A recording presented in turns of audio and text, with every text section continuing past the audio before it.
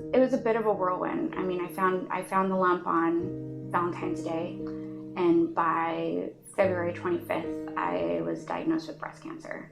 My physician, thank God, was just fantastic, and obviously moved along the testing, so the ultrasound and the biopsies, and then got me in with the breast surgeon. So I think within a week after my finding out that I had breast cancer, I was in with the physician, and then I met with probably 8 other physicians. So I met with the radiologist, the oncologist, the nutritionist, everybody. So it was, a full day basically of just meeting with people and going over what the treatment plan was. It had, hair down to the middle of my back, and was breastfeeding, and was told I was going to lose my hair, and was told that I needed to immediately stop breastfeeding. I remember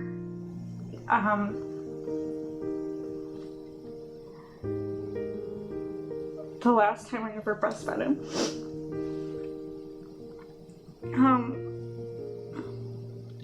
You don't, when you know it's your last child, those last moments are so much more significant.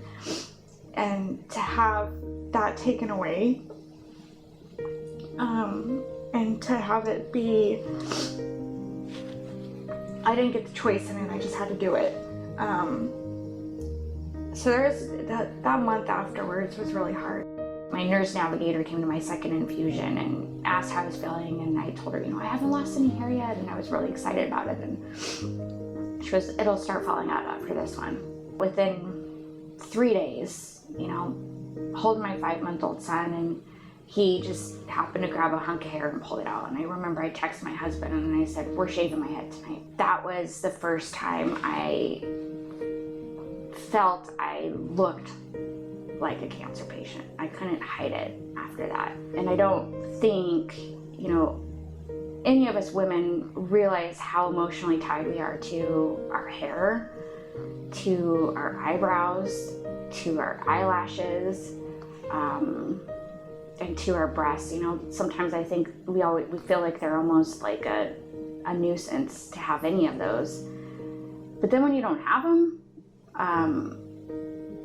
it changes things. You have a new appreciation for all of those little things. You have a new appreciation for your body. So I had 16 infusions.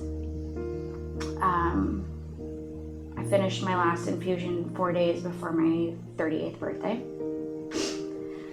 And so I made the decision that I was going to do a bilateral mastectomy.